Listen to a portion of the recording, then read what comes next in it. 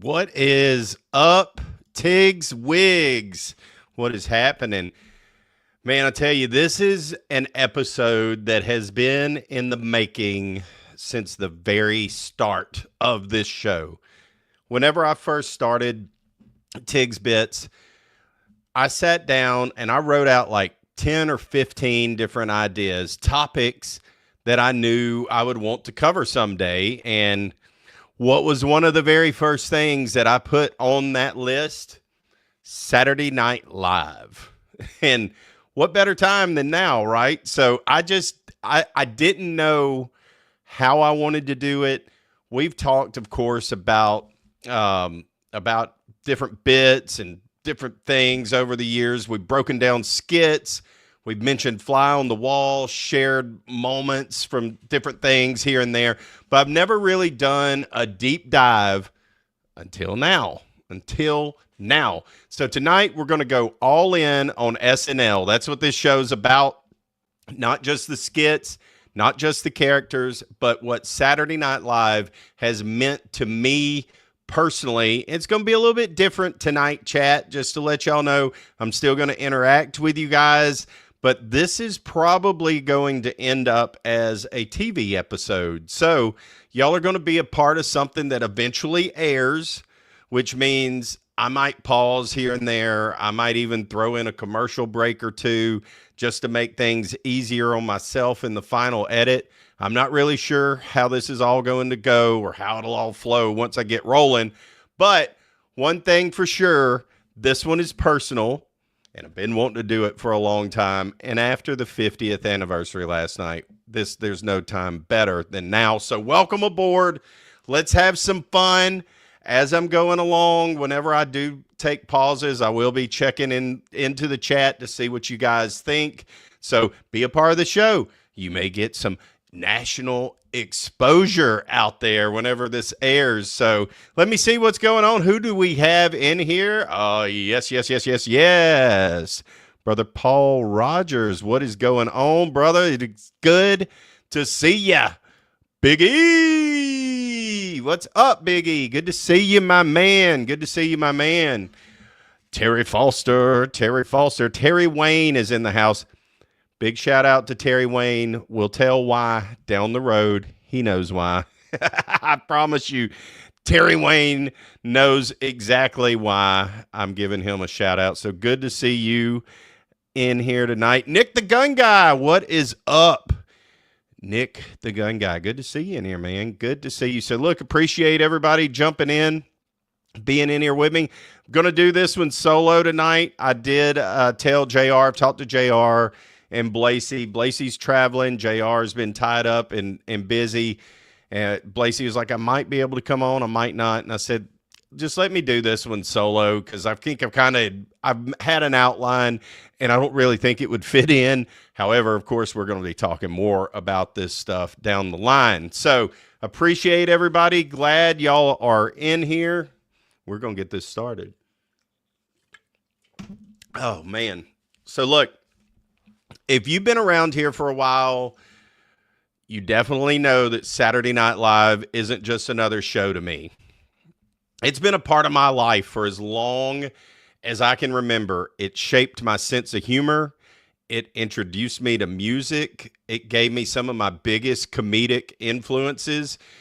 If you've ever laughed at something I've said, there is a good chance that you can trace it back to Chris Farley, Norm Macdonald, Adam Sandler, Dana Carvey, Jim Carrey. The list goes on and on and on. All of those guys, Will Ferrell, those have been my influences, and it's just the truth. The last night, Saturday Night Live recently celebrated that 50-year anniversary, which is crazy that they've been on TV for 50 years. But watching that special, man, it hit me different. It just hit me totally different. And I know SNL has changed over the years, and some people think it's too political now, or that it was too political then. That's not ever why I watched. I didn't care who they were making fun of. I watched it because of the comedy, because of the energy, because of the legends who gave us some of the funniest freaking moments of all time. And then last night, and then during this whole 50 years deal, Adam Sandler sang his 50 years song. And man, that one got me. I'm not going to lie. When he mentioned Chris Farley and Norm Macdonald, it felt like more than just a tribute. It felt like a goodbye to an era. And it was a reminder that time doesn't stop. The legends we grew up watching, they don't get to stay with us forever. And maybe that's what hit me the hardest, because for a lot of us, Saturday Night Live wasn't just a show. It was part of our lives. So tonight, I want to take a little time to talk about what SNL has meant to me, why it's more important than just a TV show, and break down some of the biggest moments from the 50th anniversary special. If you grew up with these legends, if you love the show like I do, or if you just want to hear some good stories, stick around, because this one's personal. So let's get into it. All right, chat.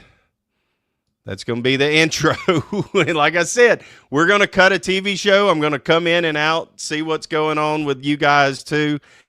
Just remember, like Paul Rogers, I'm too young to personally remember a lot of these guys. It's a legendary show for sure. Nothing touches the original SNL cast, says Big E. For sure, for sure. And it is, man. It is. So let me start off by kind of just going into my personal connection with SNL, kind of where it started. I'm not going to lie. Whenever I started this exercise this morning, it had hit me that I wanted to have this conversation, that I wanted to talk about SNL with the 50th, all of that stuff going on. But of course, I use ChatGPT to help me organize my thoughts, give me outlines and stuff like that. So we're chatting, and I asked it to ask me questions. And so it did. And man, that is what opened up the floodgates for me. It brought a bunch of memories just rushing back, along with some of the stuff that I've seen. So like I've said, it's been a part of my life for as long as I can remember. And I didn't just watch the show, I freaking grew up with it, and it shaped my humor, and it introduced me to so much. And it's crazy that we're now looking back on this 50 years later, but I started thinking, when was the first time that I remember watching Saturday Night Live? And I don't really remember the very first episode, but it had to be somewhere around 1985, 1986, somewhere in there. As one of my first memories that I have comedically that I can really just remember is Dana Carvey playing the piano and doing the chopping broccoli sketch. Chopping broccoli, she choppy. If you don't know it, go look it up. But hilarious deal. I remember watching that on like stand up. Like it was not, I saw that before it ever became a sketch on Saturday Night Live. And of course it was hilarious then too. But even then I was just a kid. And I think that was like 85, 86, something like that, whenever Dana Carvey was doing that before he joined SNL. So that's one of the first kind of things I can remember connecting dots. And I have no idea why my dad let me stay up so late, but I was pretty fortunate. I watched a lot of comedians. I think it was on Showtime. Maybe it was the Improv. Now, I know they had A&E in the evening at the Improv. I watched that at some point too. But there was another show that time, and maybe it was just comedians that came on. But I got to see a lot of people whenever I was young, probably stuff I shouldn't have seen, like Tim Allen, his whole act before he ever made it big. Freaking it was the crazy dude who would scream. Just all of those people. I was watching all of that, and it was so much fun, and I loved it. My sister tells the story a lot, and my parents too. Whenever I was a kid, when I was like 4 or 5 years old, whenever we would go in a McDonald's or something like that, I would yell, I would order cheeseburger, cheeseburger, cheeseburger. It's just dumb stuff. So it's been ingrained in me, like since I could talk. almost pretty much. That show has just been a staple in my life and in my sisters and my parents, obviously. So that's where it kind of really, where it really got started. I didn't fully get all that humor at first, but something about it stuck with me. The energy, the weirdness, the way that they would commit to a bit, it was just different than anything else that I ever saw on TV. And it really did start to shape me. I mean, you know, you start to take that on into school the next day, or you know that you can make one of your buddies laugh. Because growing up where we grew up, we didn't have cable. We had cable, I think, at my house, maybe, and it had like the cable package in rural Sabine Parish was like 30 channels. We're talking, maybe, if that, maybe not even that many. Some people had satellites, the old satellite dishes that you would put out, and you would have to go put in the code, and then you could go watch the satellite turn to go to wherever it was going to. Some of my friends, a couple of them had that. Some people had that. My grandpa later on had that, and that was the best thing ever. I watched every NBA game that there was, and I go watch it with them because they could watch all of it. But, you know, that was really one of the first things that we could talk about at school. Did you see Saturday Night Live? Did you see such and such? Did you do that? Or if knowing that a lot of people hadn't, because you could only catch it live, and if you had rabbit ears, and most of the parents weren't letting their kids watch it to begin with, then you kind of had a little edge. You had a little edge on some of your skits that you could roll into. So it was always a lot of fun. What's a sketch that you remember watching? What got you into the show, if you like SNL at all? And if you're still listening, you're hanging with us during this, you freaking like SNL. So, what was one of your first memories that was out there? Terry Foster says Gilda Radner, that nothing touches the original SNL cast. Gilda Radner, no doubt. Lauren Michaels, the man. Hit that like button. Definitely, please hit that like button. Share it. Share this with everybody, and let's just keep on growing this. So I'm going to talk about how it shaped my comedy. I mean, I'm a bit of a goofer. I think y'all can realize that. I'm a nerd at times too. I'm just a goofball. But I wouldn't be what I am today, honestly, if it wasn't for SNL. It's pretty much what gives me the confidence to just say the dumb stuff that I do. Honestly, that I can sit here, talk to a computer screen, talk to some of you guys that are in the chat that are watching this stuff. It just allows me to do that, and I'm thankful for it. I humiliated myself enough when I was in high school and elementary school with some of these things that, yeah, it kind of weathers you. It seasons you a little bit, you know? So I know that Terry Wayne can attest that I was well practiced in a lot of this stuff that I'm talking about, for sure. I definitely brought it to Florine High School. So, like I had mentioned earlier, there's no doubt that Sandler, Norm, and Farley, and Dana Carvey, Will Ferrell, that those guys shaped my humor. But some of those most memorable things that have stuck with me, ChatGPT asked me, could I think of a sketch, like a particular sketch that made things, some moments that really stick with me? And the thing that just immediately just goes to my head is Chris Farley playing Matt Foley, living in a van down by the river. You know, that was just, he's been down in the basement drinking coffee for the last 6 hours. And then he comes up and he's just the physical comedy, all of that stuff. I mean, Farley changed everything for me. That whole sketch, legendary. I loved it because it was so big. It was so loud, the physical comedy. And I related to Farley in a whole lot of ways. And I always wanted to have that kind of level of energy and commitment to a joke. And I think I do at times. I do at times. I'm not afraid to just go all in. But the physical comedy, especially back when I was in high school, man, that stuff, I ate that up, and so did everybody else. It got laughs. It was easy laughs, I must admit. But hey, such is a lot of the stuff out there. But kind of like I said, that SNL was never about politics for me. It was just about these insane characters like Matt Foley, that physical comedy, and those moments that would make me laugh until I freaking cried. Some of my other favorites, or one of my other favorites for sure, that I did a lot. I still love Deep Thoughts by Jack Handy. The absolute freaking absurdity of it just cracks me up. And in fact, on the 50th anniversary, there was a Jack Handy little thing. And now Deep Thoughts by Jack Handy. Hadn't heard that in a long time, and it was a fresh new one, just as absurd as ever, just stupid. Love it. So to sum it up, I think a lot of the sense of humor that I've been able to obtain over the years comes from a total mix of physical comedy and just straight up freaking weirdness. I'm not afraid to admit it. I don't care.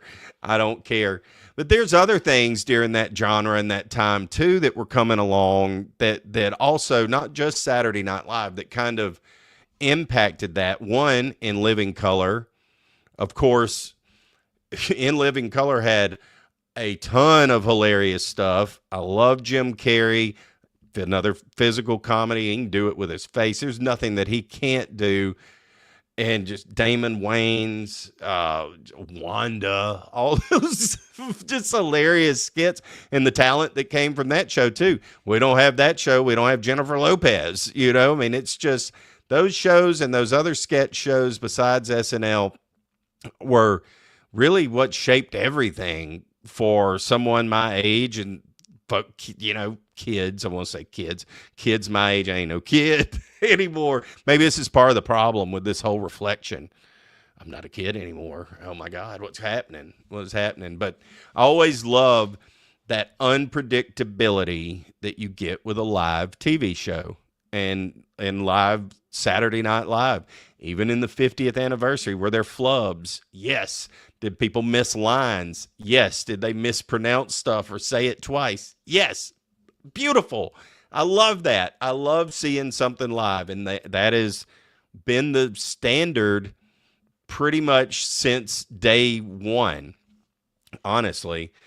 But, of course, some of that perception has changed over time, and I think it got a little bit more of a negative perception. I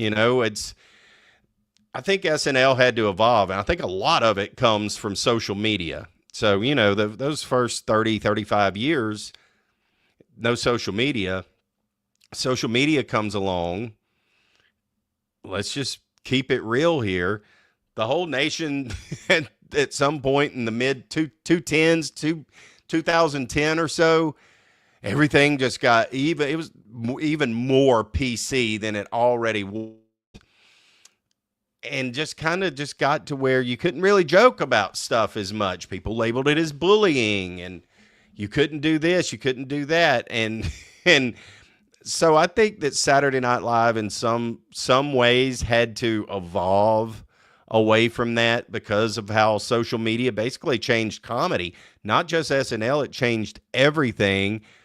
And people don't have to wait for Saturday night to see what's funny anymore. I mean, that's the biggest thing. However, I'll say this, Saturday Night Live has been excellent with putting out clips on social media, doing their digitals, SNL digitals, and all of those things. They've been fantastic with putting that stuff out, for sure.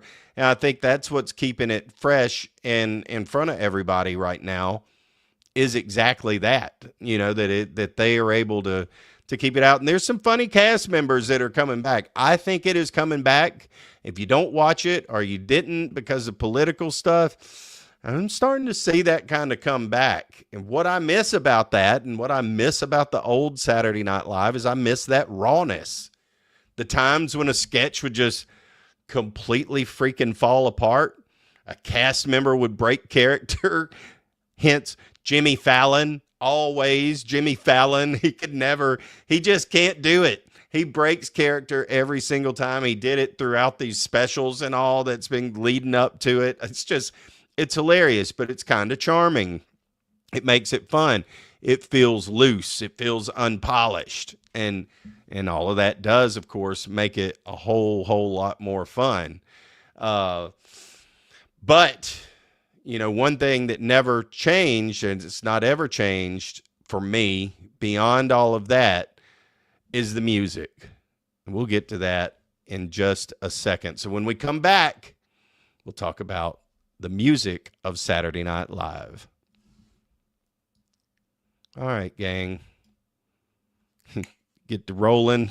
You're going to check the chat, see what's up. Hope y'all are enjoying this. Appreciate y'all hanging in there and letting me film this tonight. I thought, hey, this would be fun to just do this in front of a live audience, just like Saturday Night Live does it. There is no other way that I'd want to do this and just get this off my chest. So I appreciate y'all letting me do this. Let me have fun. Let me, there we go. Yeah, Terry Wayne confirms I was an idiot in high school, which was a lot of fun. Paul loves Adam Sandler. Adam Sandler is funny. He sure is. Oh, nice. Big E says a girl he used to work with in music finished 6th on American Idol. Okay. Maybe I've missed something here. Tammy, my lovely bride, Tigs always brought the SNL comedy with his own twist. That is a fact. Terry Wayne, Chevy Chase playing Gerald Ford with all of his stumbles. That was so much fun. I always loved that too. Paul Rogers says, as a kid, I was a goody-goody person, but I've loosened up as an adult to where I am today, and I would say now Tiggy and I have similar personalities in a way you can tell, I'm sure. We do. I like that. And that's kind of the fun of this whole show is getting to know different people like you and Big E and Terry. Well, I knew Terry and everybody else. Nick the Gun Guy, the Bubba Army folks. Just appreciate everybody that comes in, and it's so much fun. Big E, Tammy's in the chat. She needs more cowbell. I need more cowbell as well. But like I said, going into our next little segment, the one thing that I don't think has ever changed with Saturday Night Live at all was their music and the impact that music had on me from them. Some of the first real interactions or introductions that I had to bands like Nirvana, Pearl Jam, even somebody like Tom Petty. I remember seeing Tom Petty one of the first times on Saturday Night Live. I was like, oh, I like that dude. He rocks. If it wasn't for that, I never would have seen it. So, like I've said earlier, whenever we watch some of these performances, we're going to talk about them at school the next day. I remember when Nirvana was coming on very vividly. We talked about it all week, and we couldn't wait to see Nirvana on Saturday Night Live. Funny enough, they broke that out at the SNL 50 concert post Nirvana, including Pat Smear with Post Malone's Nirvana played, and Nirvana part of the whole thing that kind of got me in my feels was watching that concert back and seeing, oh my God, Nirvana's playing. And it's great. I love the rawness of Post Malone. He's making a cover album that's supposed to come out later this year. It may be out by the time that you see this. So go check that out. He did a special during COVID where he did all Nirvana cover songs. He was wearing a muumuu, drinking a lot of Bud Lights. It was hilarious, but it was freaking good. It rocked. That dude can rock, man. I just hope I hope Post Malone doesn't end up in an Amy Winehouse kind of situation. So that's the only thing that I'm a little worried about that dude, but he rock and rolls. Ain't no doubt about it. Other people that had influence too. Now, it wasn't just Saturday Night Live for me back in those days. Arsenio Hall, huge freaking influence. David Letterman, Huge influence. Both of those shows. So, I mean, you would have the late night. You could watch late night TV. I'd tape one, watch one. Whoever was better is what I'd watch live. And then you could go back. You could watch every day, 5 days a week, 2 shows. You had 10 different musical acts, generally speaking. And then it was always like your closer, your best one, the one that we really wanted to see. They were going to be on SNL. So it's just growing up and they do that now, but it ain't the same. It just ain't the same as it used to be with all of that and those wars going on. And it's all because of social media. Didn't have phones. We had mouths and we had TV screens, and that's what we could watch and what we could talk about. Like I alluded to with that concert with Post Nirvana, if you haven't seen it, the SNL 50 concert, it's on Peacock. It's a must watch. It's simply, it's simply amazing. It really is. Cher was on there. She wore that same outfit that she wore with the If I Could Turn Back Time, that song. Hadn't heard that song in a long time. She wore the same thing that she wore on that battleship when she made the video, and it still worked. I'm not going to lie. She's 78 years old, and I don't know how to feel about this, honestly. Maybe while we're having this show tonight, I was impressed. And I'm almost 47. She's 78. Does that mean that I'm looking at things in a whole different perspective? Part of what got this whole thing going, honestly, but I'm just kidding. Tammy's in the chat. We got to keep it clean. Those of you who've watched Saturday Night Live, what's the best musical performance that you've ever seen? Is there one? Let me know.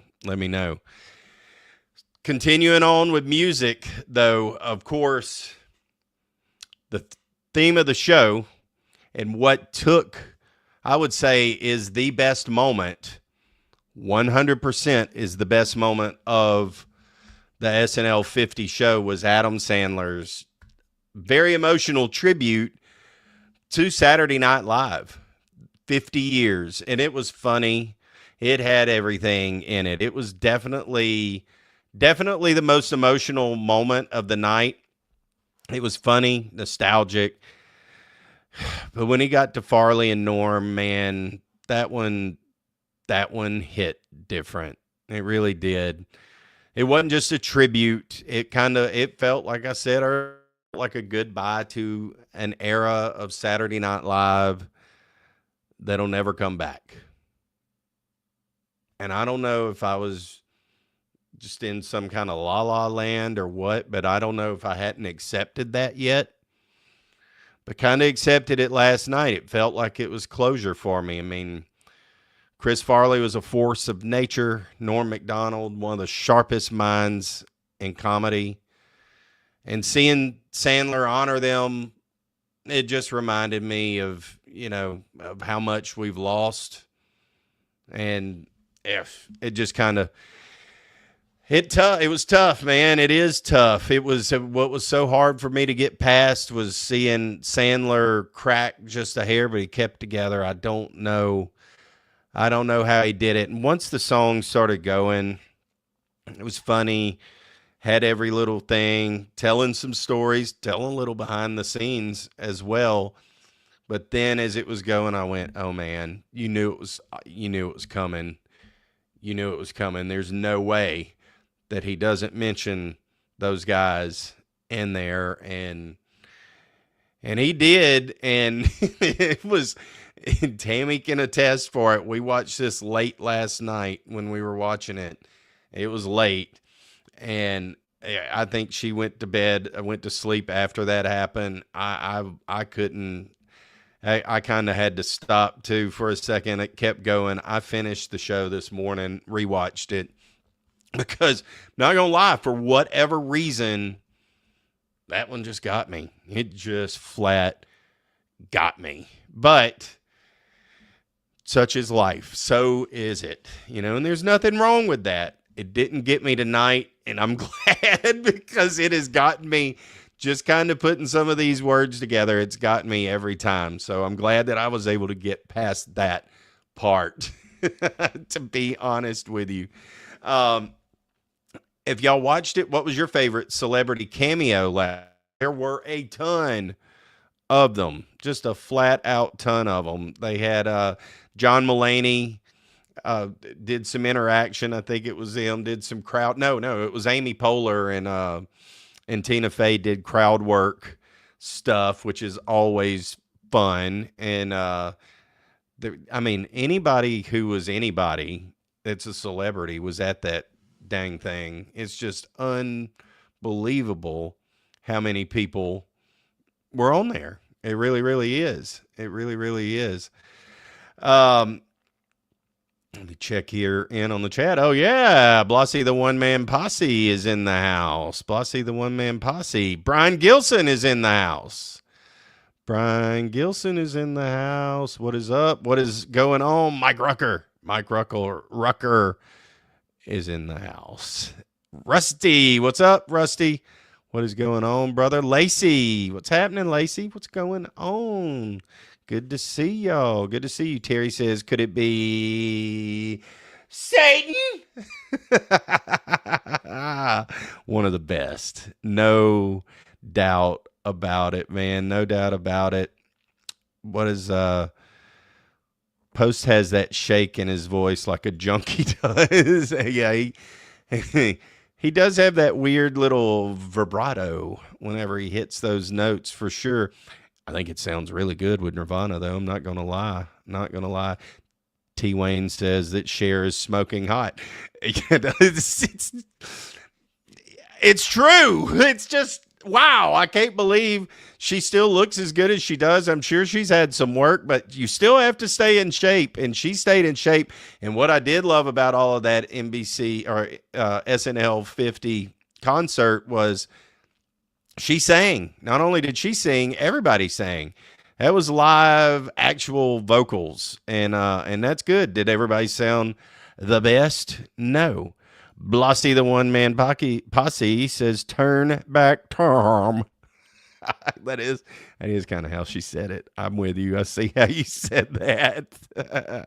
I love it, man. I love it. All right. Tammy says that I'm keeping it clean for her. Yeah, I am. Mike said that he loved the Eddie Murphy and the Will Ferrell skits. Yep, we're going to get to that. So let's talk about some of those skits. Well, before we do that, let's talk about some of the musical highlights first, and we'll jump into the best the best skits and new bits. Musical highlights, as I've said, the SNL 50, you've got to go watch that, just period. But on the SNL 50 live show, Paul Simon and Sabrina Carpenter opened the show with Homeward Bound. I thought that was really, really cool. They had a couple of little clever jokes that were in there, but Paul Simon being there right there at the very, very beginning of everything, and then Sabrina Carpenter being a musical guest just recently, just on one of the recent shows. So you had main early and you had late. I thought it was a nice little collaboration, and it was good. And Sabrina Carpenter, what a little actress and singer. Like, she's awesome. She's going to be as big as they get. She already is, but she's going to get even bigger. She's rolling. Miley Cyrus and Brittany Howard, they honored Brittany Howard with the Alabama Shakes. They did a song, too, on the SNL 50 concert deal. It was just awesome. But they honored, I found this interesting, Sinead O'Connor with Nothing Compares to You, which I find that to be a nod. I wish Sinead knew that happened because, of course, the controversial ripping of the picture and all that happened on Saturday Night Live was a big, big, big deal back in our day. So to see Saturday Night Live actually in one of their 50th honor that song, found that unique. Great job by both of them, of course. Lil Wayne finally didn't get to do the Super Bowl like he freaking should have, but he and the Roots killed it with Uproar, Lollipop, and Millie. Hot take here. I didn't want to say it, but it is a hot take. Lil Wayne isn't good on the mic, man. I think we know why he didn't get picked. If we were going between him and Kendrick, Lil Wayne should have fit in New Orleans. It could have been an amazing deal. I've seen him live one time before, and I think he has to have a lot of help in the studio to get his voice to be that way. He didn't sound that great.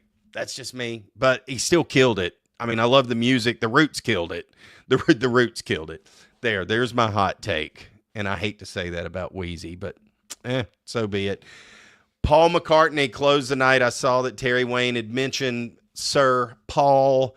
And yes, there's no doubt Lauren Michaels loves him some Paul McCartney. And I found it kind of fitting, though. He closed the night out with that medley of Abbey Road songs. And the very end, I kind of found it to be a little bit of a nod to Farley with the, in the end, the love you make is equal to the love you take. And then he sang that because that's from those songs. And he, that just reminded me of Farley on the Chris Farley show when he had Paul McCartney as a guest in a skit. He was like, ask him, is it true what you say? And then he asked him and he's like, yeah, I guess so. That's awesome. Awesome.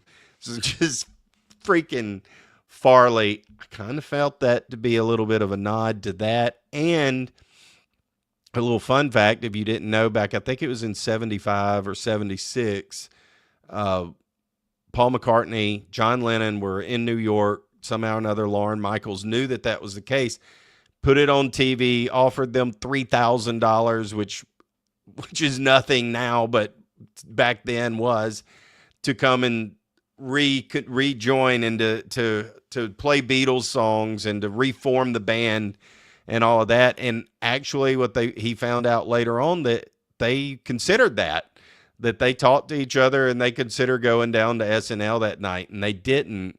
But I kind of think that's why Paul McCartney, he's been a friend of the show, of course, the whole time. He's Sir freaking Paul McCartney, but he got to do that medley that closed the show, and I thought it was wonderful. I enjoyed it. I'm not gonna lie, Paul's losing his voice too.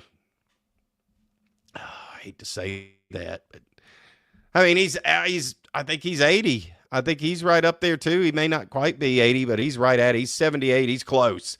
He's close. It just happens. Again, Father Time, undefeated. So we said we're going to talk about some of the best skits and some of the best sketches from SNL 50. There were a handful, and I'm not going to lie, I laughed. I laughed a lot. I laughed more than I have in a while watching a live show.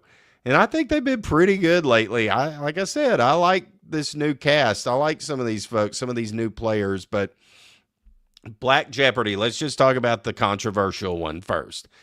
Eddie Murphy was on there, and what's the name of the other two that were on there? Anyhow, they're playing Black Jeopardy, and Eddie Murphy is playing, oh, dang it, what is his name? Why can't I think of his name right now? I don't have it written down. I should have had it written down. Oh, dang it. Now y'all help me out, chat. We'll start this up. I can't think of his name. I can see him. What is his name? I'm losing my voice anyhow.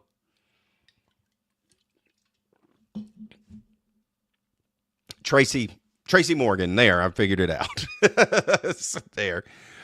Yeah, watching it, Black Jeopardy, Tracy Morgan, Eddie Murphy, just going at it. It was hilarious because Eddie Murphy played Tracy Morgan. Tracy Morgan played another guy, and just funny little questions. But then they ruined it. I'm not going to lie, and that's the clip that has been everywhere on the internet. Tom Hanks came in to do this character that he had done a couple years ago or whenever it was. It was this loyal Trump supporter and all of this stuff. It did not make any sense because the Tracy Morgan, Eddie Murphy went out. Tom Hanks came in. You could see it. The camera, it was one of the times the camera screwed up, blah, blah, blah. You could see that he was already there. It didn't work. It kind of went flat, I thought. And people have had fun with it. Everybody who wants to politicize it has definitely used that against the show. I would say that was the weakest moment of the show for sure. But Black Jeopardy was hilarious for that part. That part was not funny. One of the things that was absolute hoot was Kate McKinnon's Close Encounters sketch. Um, if you've not ever seen her do that role before, it was fantastic. And then finally, Meryl Streep joined SNL, I believe, for the first time. They've been trying to get her to come on there to do something for forever. So she finally did it. And it was hilarious. It definitely delivered. John Mulaney, he had a Broadway tribute with Nathan Lane, and Adam Driver was in it, and it was crazy to say the least, but it was like New York City from the 70s until now, kind of in a musical form, and it was pretty funny. It was done well. Will Ferrell reprised the Goulet role once again, which it just always cracked me up. I was kind of surprised that one is one that came through, but it was funny. It was a way I guess it was a way for them to get Kim Kardashian involved in it. But hilarious. Kristen Wiig doing her thing. I can't remember the name of the little character, but with the little baby arms. It was funny. And I think the funniest sketch of the night, Mike alluded to it, Scared Straight with Eddie Murphy and Will Ferrell. It was so freaking funny in the way that Will Ferrell he was Will Ferrell, and he was trying to get Eddie Murphy to break, and he succeeded. And it's tough to get him to break. He broke too, and usually Will Ferrell's pretty good about not breaking. He broke a little bit, which was funny. Some of the most talked about moments that were online, that people talked about online, of course, Cher stealing the show with that turn back time bodysuit, number one. Kim Kardashian and Pete Davidson, they were reunited for the first time since their breakup. For anyone who cares, I don't think anybody does that's listening to this.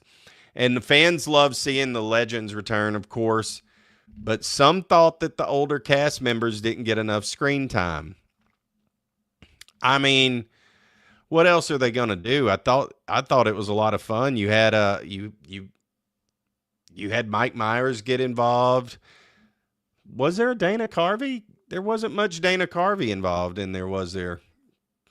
There really wasn't. Wow, that's interesting. But now he was in it all leading up through the presidential election and all that, so maybe they just didn't want to burn it out. I don't know. But I thought it was interesting. So overall, man, I thought that show was a great mix of nostalgia. It had some new moments. It's still just crazy to think that it's been around for 50 years and that I've been watching it for most of my life. So if you missed it, you can definitely find some clips online and drop us a comment. Let us know what your favorite moment was of it. And then I've got a couple of other little things, and we're going to start to wind this down because I thought it was interesting. I started thinking about movies, and some bonus quick fun Saturday Night Live facts that maybe there's some stuff that I didn't know. I'll tell you what, throughout this, first and foremost, let me say, whoever has done all of this SNL 50, I know Questlove, highly involved in the musical aspects of it. He did a documentary, the music documentary as well. One of the best things I've ever seen in my entire life, period. The concert, I know he was highly involved in that. They were the house band. Fantastic. So big shout out to him for sure. Big shout out to the production of all of the other things as well. The lead up to it, and then the actual show itself. It just shows what an institution it is, really and truly. So I wanted to think of what are some fun facts that are out there. Of course, the first host ever was George Carlin in 1975. He was not in any of the skits, did not want to appear in it. You can watch, there's a movie on Netflix. You can see some of that confrontation. They say that that's pretty accurate. The youngest host ever was Drew Barrymore at age 7. So I found that interesting. I don't remember that show because it was when she made E.T. That's when she hosted, but I've seen it since then. But yeah, she was definitely on there as a little girl. And last night, I think she was one of the hosts on the red carpet event that led up to it. I didn't watch that, but that's what I heard. The most hosted episodes record is held by Alec Baldwin, which, like him or not, with his political stuff and whatever, that dude's hilarious and a lot of stuff, especially 30 Rock, and anytime he's on Saturday Night Live. His Trump is still my favorite Trump, period. Because there's a lot of vitriol behind the way he was doing it, but it kind of made it fun. It made it really, really good. And then one of the last fun facts, it said Wayne's World's the highest grossing SNL inspired movie at $121 million. And I went, oh, wow. Well, I wonder what are the other 10, what are the top 10 of that, and what makes it an SNL movie? So SNL movies are directly adapted from recurring SNL sketches or characters. For example, Wayne's World, the Blues Brothers. So we'll start at number 10. At number 10, it grossed approximately $60,000 in the U.S. It had a budget of $8 million. It's none other than Julia Sweeney's It's Pat. I'd completely forgotten that It's Pat came out, honestly. I'd forgotten that movie even existed, but it does. And number 9, in 1995, Stuart Saves His Family. Al Franken brought his character Stuart Smalley to the big screen and as a self-help guru dealing with some personal issues. And I do remember that. I thought it was pretty funny. It wasn't the best. It grossed $912, almost $1 million, but it was a budget of $6.3 million. Number 8, MacGruber. Love MacGruber. It grossed $8.5 million in the U.S. It cost $10 million to make. Are you seeing a pattern here? People wonder, like, why don't they make these movies anymore? I think we know why. None of these so far are winning. Number 7, a great movie in 2000, The 80th Man came out, and it made approximately $13.6 million in the U.S. with an estimated total budget of $24 million. So I'm going to say, ladies, Leon Phelps did not make money on that one, but Leon Phelps is still a suave radio host. That's my ladies, man. Coneheads, my favorite of them all, came in at number 6. It made $21.3 million. This kind of surprised me with a budget of $33 million. So it lost $12 million. Crazy. I love that movie. Farley was in that one too. My favorite song of all time, Red Hot Chili Peppers' Soul to Squeeze, debuted in that movie. And it's the first movie my wife ever saw in a theater in 1993. She and I went to go see it. Coneheads means a lot to me. So I think number 6 is terrible. It definitely should be number 1. Number 5, Superstar. It came out in 1999. Of course, Molly Shannon playing her role of Mary Catherine Gallagher. Hilarious. The awkward Catholic schoolgirl, always funny. Estimated budget on that one, $14 million. It grossed $30 million in the U.S. So that movie actually made some money, which is great. Coming in number 4, A Night at the Roxbury in 1998. It had a budget of $17 million. Of course, Will Ferrell, Chris Kattan stars those brothers who just, what is love? And it was hilarious. $17 million is what it cost to make. It made $30.3 million. So it did well. That movie did do well. Coming in at number 3, Wayne's World 2 in 1993. The early 90s were great, man. 93 to like 97, there were some films, bro. There really were. Wayne's World 2 had a budget of $40 million. That's a lot of money for a film back then, and it made $48.2 million. So it made $8 million, which is great because it was the sequel, which is even better, you know. So they did, what was that? The sequel was Wayne Stock, which led to a thing called Livestock in Sabine Parish in 1996 by yours truly. That's a whole other show. Coming in at number 2, The Blues Brothers, 1980. It grossed over $115 million worldwide with an estimated budget at $27 million. That's a lot of money in 1980. So they went all in on that one, but that's a big profit maker right there. That one made some jack. Of course, if you've not ever seen the original Blues Brothers, hey, do yourself a favor and go watch it. John Belushi, Dan Aykroyd, Jake and Elwood Blues. I mean, they're on a mission from God.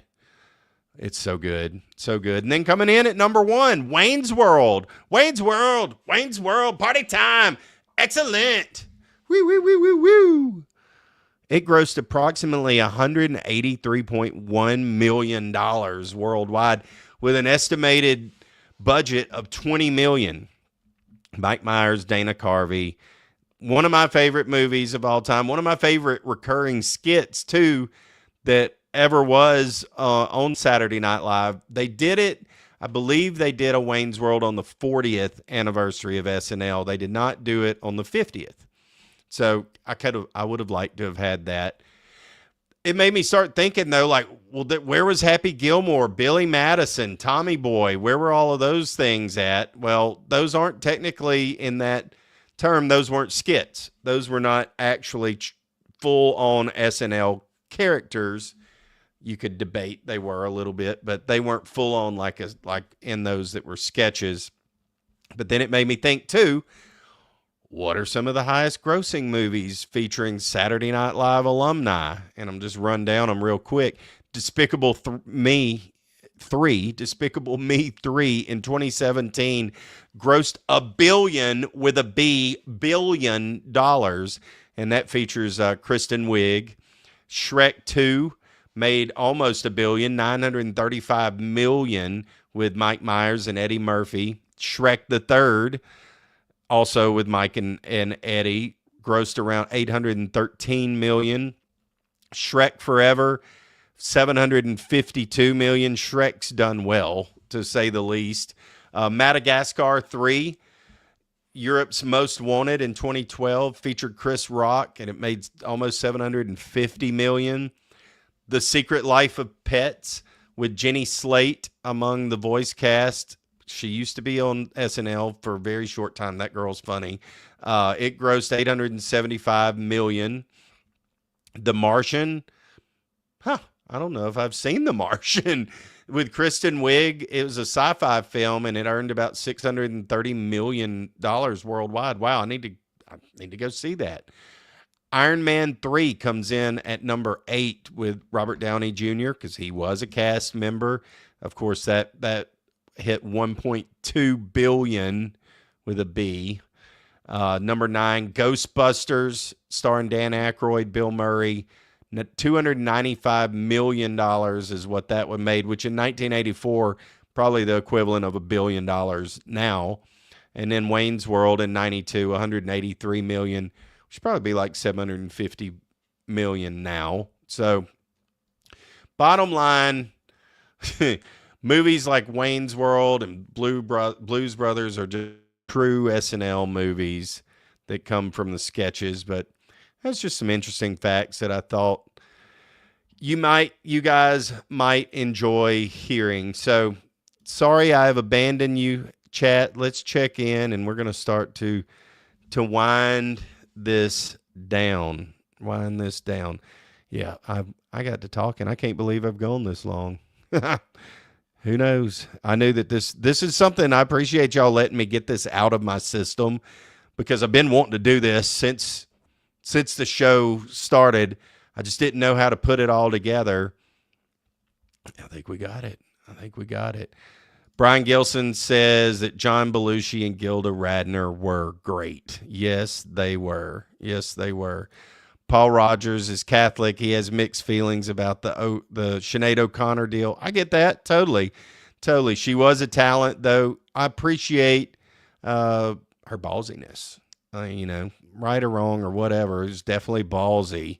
No doubt about it. Paul says that his dad loved the Beatles. I'm not going to lie. I love the Beatles, too. I freaking love the Beatles as well. So I'm a Sir Paul fan, for sure. Inbound Realty, what is going on? Thanks for coming and hanging in with us. Keep your liver-spotted hands off my mother.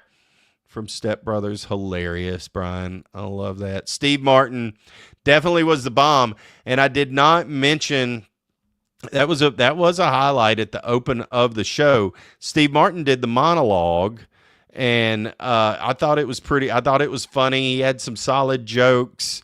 We even got a Martin Short cameo because they work together and do a lot of stuff.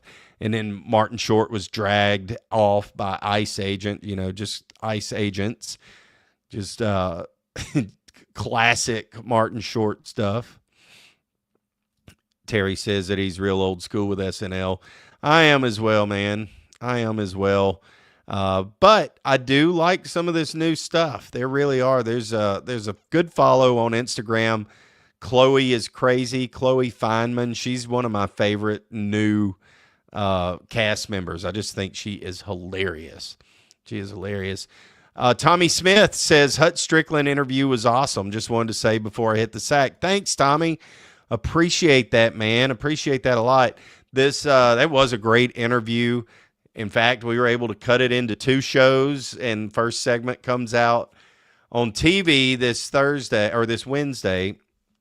I'll drop segment 1 as well on YouTube while it's airing, so you can go back and see that. And then the following week, episode 2 will go out, and I'll put the whole thing. Tammy says on the SNL 50, Not Like Us, sung by Will Ferrell and Anna Gasteyer, was hilarious. That is one of the funniest things of the whole weekend, for sure. So if you haven't seen that, go check that clip out.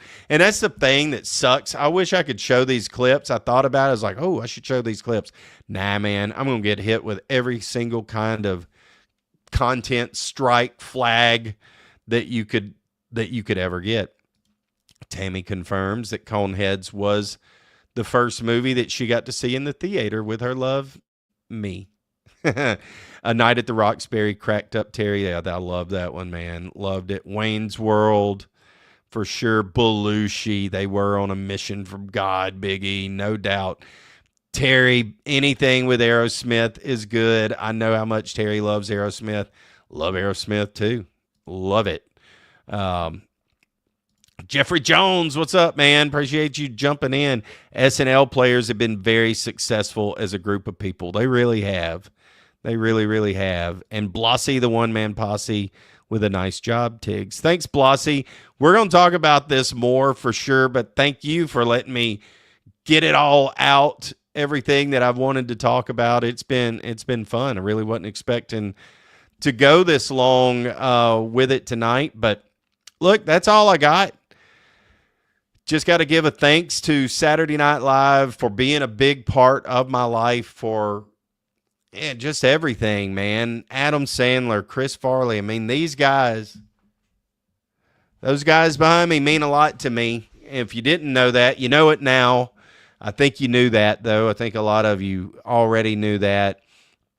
Well done. Bravo, bravo, bravo to Saturday Night Live for really documenting. I mean, it was like a reflection of my life. It was like watching the soundtrack. JR says that a lot. The soundtrack to our lives. That's what music is.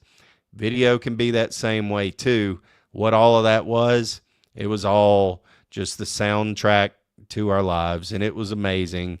I appreciate all of y'all being in here with us. This was fun. We'll be back tomorrow night, same time, same place. We'll talk about some trending topics. See you guys.